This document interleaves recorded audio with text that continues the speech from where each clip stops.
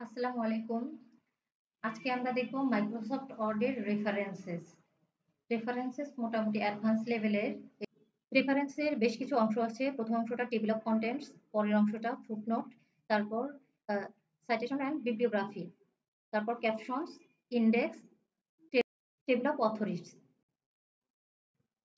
তো আমরা প্রথম পর্বটা দেখব table of contents. Table of contents এর প্রথমে আমরা দেখব table of contents, add text, update table. প্রথমে আমরা অ্যাড টেক্সটে যাব। টেবিল অফ কন্টেন্টস মূলত সূচনা তৈরি করা, টাইটেল এবং সাবটাইটেল দুইটাই আমরা অ্যাড করতে পারবো। প্রথমে আমরা সিলেক্ট করব প্রথম অংশটা, অ্যাড টেক্সটে যাব, লেবেল অনে ক্লিক করব। এটা আমাদের টাইটেল হবে। আবারও আমরা আরেকটা সিলেক্ট করলাম, অ্যাড টেক্সটে যাব, লেবেল 2 তে যাব। আরেকটা সিলেক্ট করলাম, অ্যাড টেক্সটে যাব, লেবেল 3 তে গেলাম। এখানে টাইটেল এবং সাবটাইটেল অলরেডি করা হয়েছে। 1টাতে হলো টাইটেল হবে, 2 এবং 3 এগুলো সাবটাইটেল হবে। আবারও যদি আমরা এটাতে যে অ্যাড টেক্সটে লেবেল অনে ক্লিক করলাম, এখন আমরা কার্সরটাকে শুরুতে রাখবো।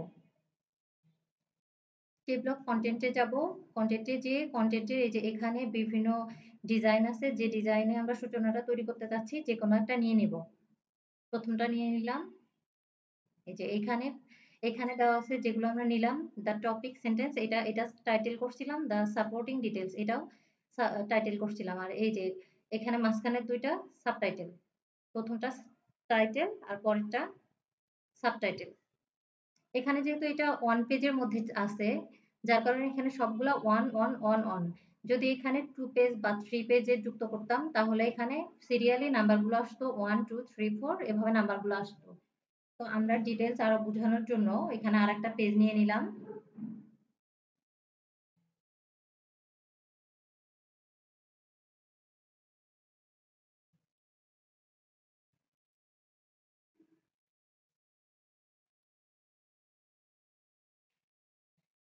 এরপর আমরা দ্বিতীয় পেজের এটা সিলেক্ট করলাম, সিলেক্ট করে রেফারেন্স থেকে অ্যাড টেক্সটে লেবেল 1 এ ক্লিক করলাম, অর্থাৎ এটাও দ্বিতীয় পেজেরটাও টাইটেল দেব।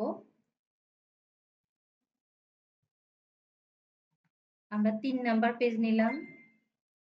3 নাম্বার পেজের এই যে এইটুকু সিলেক্ট করলাম, সিলেক্ট করে অ্যাড টেক্সটে গেলাম, লেবেল 1 দিলাম।